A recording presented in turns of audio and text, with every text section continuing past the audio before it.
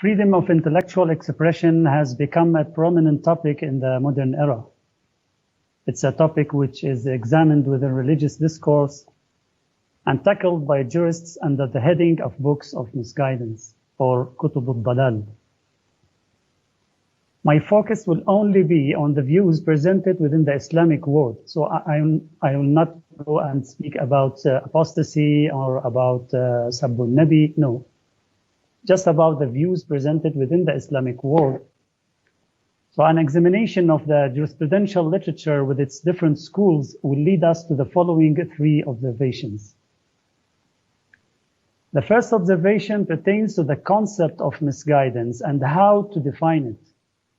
This is very important because not every error represents is an instance of misguidance fitting the موضوع الحكم here, which requires subsequent action like confronting it, banning its publication, and the removal of freedoms.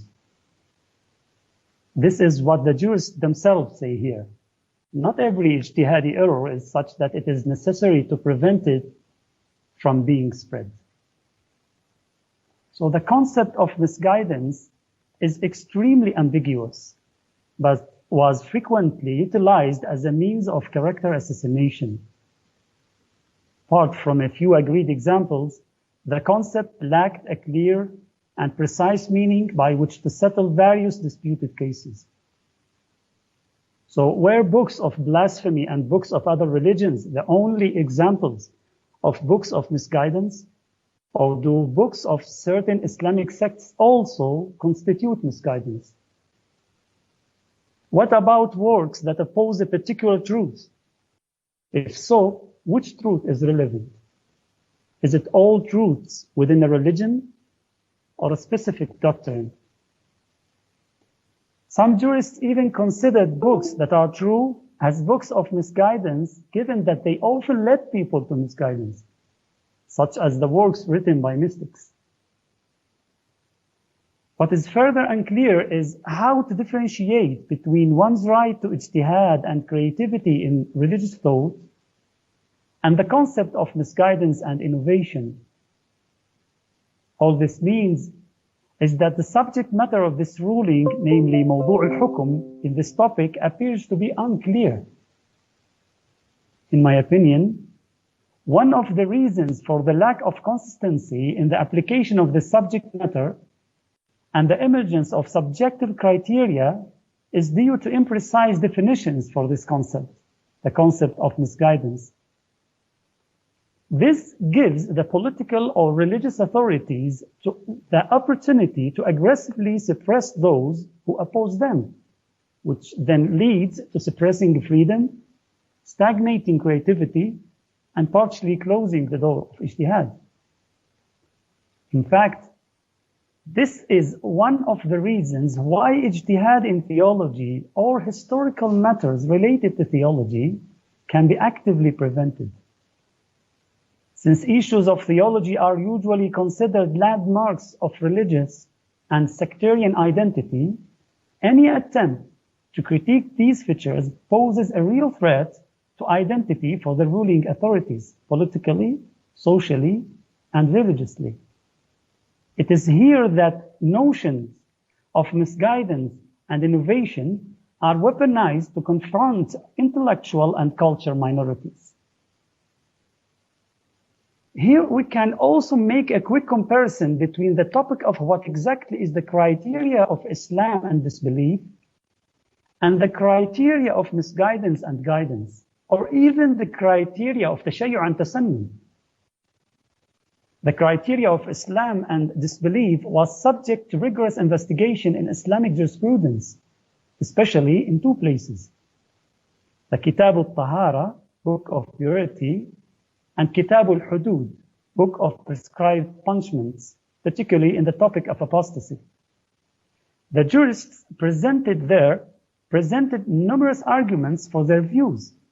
But in stark contrast, similar argumentation is rarely found when we try to determine the definitions of tashayyu' and tasannun, or the concepts of guidance and misguidance. For example, how do we know that denying infallibility represents a departure from Shiism. What evidence exists for such a claim, which entails that the denier is deprived of the characteristics and privileges that Shia jurisprudence generally grants to the Shia? Note that we are not speaking of Shiism or Islam as a historical or social phenomenon, because I'm not a historian or a sociologist, but rather I'm speaking of it as a religious truth as expounded by the Prophet and his family, salawatullahi alayhim ajma'in. Besides some recent discussions that have appeared in the last few decades, where can one find more extensive research on this topic in the classical books of fiqh? In our topic of discussion, the most difficult thing to determine is the definition of misguidance, or the one who is lost, because it is by this definition that we can affirm that what they say represents misguidance, or what they write is classified as a work of misguidance. Where did the jurists discuss this definition? Also, another important thing to note here is that delegating the ability to determine the instances of misguidance to the religious or political authority carries a high risk and is a potential threat to freedoms and rights. In fact, we have the right to ask the authorities, what are the criteria for determining the instances of misguidance? What is the justification for choosing any particular standard? We return once again to the same point, which is the lack of a clear standard for dealing with sensitive cases of this kind. Here, I must refer to another important matter, which is that many jurists acknowledge that identifying external instances of a subject matter, meaning تشخيص الموضوع, is not part of a responsibility of a jurist as a jurist, unlike deducing the actual subject matter itself, الموضوعات المستنبطة. And in fact, their identification is not binding on others to begin with. So, they acknowledge this themselves.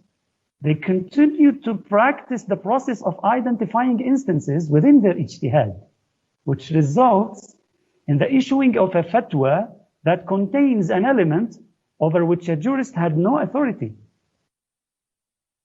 So just to give a hypothetical example, they may determine that tea leaves are eaten, and so it is impermissible to prostrate on it.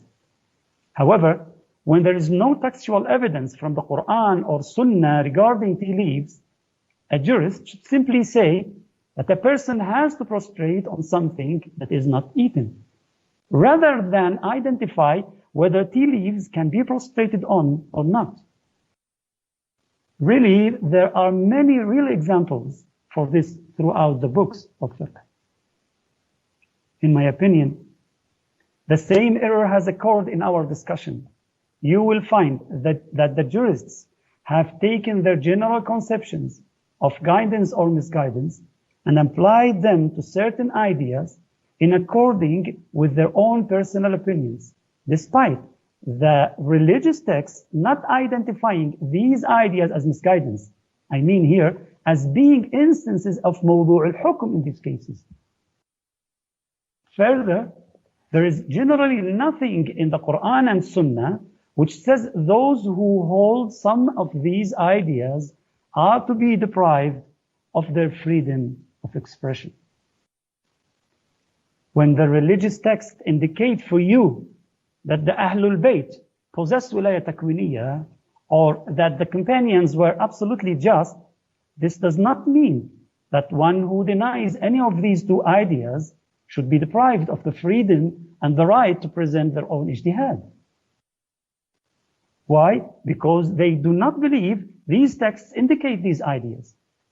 A text that affirms an idea based on one's ijtihad does not necessarily say anything about the attitude one should have towards those who deny the very same ideas as a result of mistaken ijtihad.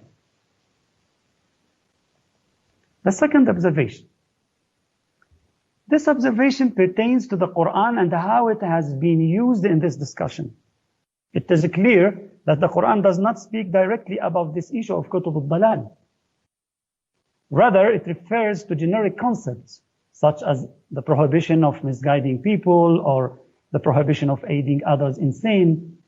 However, the jurists have attempted to apply these generic concepts to specific instances, and because of this, much confusion and errors have been made. Here, once again, the jurist supposes that every ijtihad he is not familiar with or finds strange, whether it be in jurisprudence, theology, history, or elsewhere, necessarily implies that it is misleading others without knowledge, which is an idea mentioned in the Quran in Surah Luqman, verse 6 and elsewhere. وَمِنَ النَّاسِ مَنْ يَشْتَرِي لَهْوَ الْحَدِيثِ لِيُضِلَّ عَنْ سَبِيلِ اللَّهِ بِغَيْرِ عِلْمٍ. So this person is one of these people. However, if the concept of misleading others without knowledge were to be applied to every ijtihadi error, the door of ijtihad would have to be closed in jurisprudence itself. Rather, the concept of strange or unfamiliar jurisprudence is itself ambiguous and misleading. Others may differ with respect to the correct methodology in ijtihad itself. And in this case, it is only natural that the results of one methodology are going to look strange or unfamiliar to the proponents for another methodology. This means that if we make the criteria of guidance familiarity with ijtihad, meaning to use the established methods of ijtihad that they approve of, then this appears to ultimately close the door of doing ijtihad in determining what exactly is the correct methodology, which is extremely problematic. Just like a jurist imagines that opening the door for alternative forms of thinking is tantamount to aiding in sin, التعاون على الإثم, it may nevertheless, from another perspective, be tantamount to aiding in piety, التعاون على التقوى. This is due to two reasons. Firstly, because it aids a mujtahid or a specialist by granting them the right to think. And secondly, it develops and deepens religious studies by expanding ideas and horizons. And both of these reasons are from the maqasid or the objectives of the Sharia. So what I just mentioned dealt with the Quranic evidence that has been used to tackle the subject of kutub al-dalal. However, when looking at the Sunnah, what is quite shocking is that no textual evidence, besides around 4 or 5 traditions, 2 or 3 of which are weak. Even most of these existing traditions do not support the idea of suppressing individual freedoms. In fact, when we look at the hadiths and historical sources, we find a contrary notion, where the Prophet or the Imam did not confront those with opposing views by suppressing their freedom to express it. I have brought several reports regarding this in my paper. Based on my humble opinion on عدم حجية خبر الواحد الظني مطلقا, I discussed this idea in my book حجية الحديث, عدم حجية خبر الواحد مطلقا in religious rulings, and more specifically in critical matters, relying only on 3 or 4 narrations to justify the confiscation of freedoms and suppressing other opinions is unsound. My final observation: rational proofs have been some of the main arguments used by jurists when dealing with the topic of kutub al-dalal. These arguments were then applied contextually to help deal with deviant thought. There is no religious command found in the scriptural sources that specifies a particular method of how to tackle falsehood. This gives us the space to come to a reasonable solution that does not necessarily result in taking away intellectual freedoms. A comprehensive reading on this subject concludes that while the law gives importance to protecting religious values, it has not prescribed for us specific measures that we can use in countering devious thought. This entails that we have been left free to employ measures that are moral and rational and in accordance with the changes of time and place. And if previous jurists have adopted a path of confrontation based on the culture or the circumstances of their time, this doesn't mean that the path they took presents a basis that transcends time and place. On the contrary, it invites us today to think about the best ways to achieve the higher objectives of the religion, which is to provide the highest percentage of people with the message of religion and to achieve their true and realistic adherence to these religious values. As long as we continue to think that the criteria of religiosity for a society rests in how much it appears religious in its outward appearance, it means that we have not understood the original message of the religion, which is that it came to reform hearts, change the minds, and purify the souls in the way that automatically reflects goodness in form, appearance, rituals, customs, and norms. As such, forcing this apparent outward nature of religion onto people as a prerequisite to reform their souls in today's day and age sometimes results in the opposite of what was intended. The best evidence for the validity of this claim is the experiences of people in some Islamic countries. On a final note, one of the most dangerous things facing Islamic thought and advocacy today is the reaction of some of those working in Islamic studies, who compensate for their intellectual failures by suppressing and canceling others or issuing religious verdicts against others. Yes, freedoms are not absolute, nor do we desire such a thing. But in the name of not granting absolute freedom, it is not permissible for us to limit freedoms to an unjustified amount. We ask Allah to grant success and guidance to all those working in the Islamic field. Walhamdulillahi Rabbil Alameen.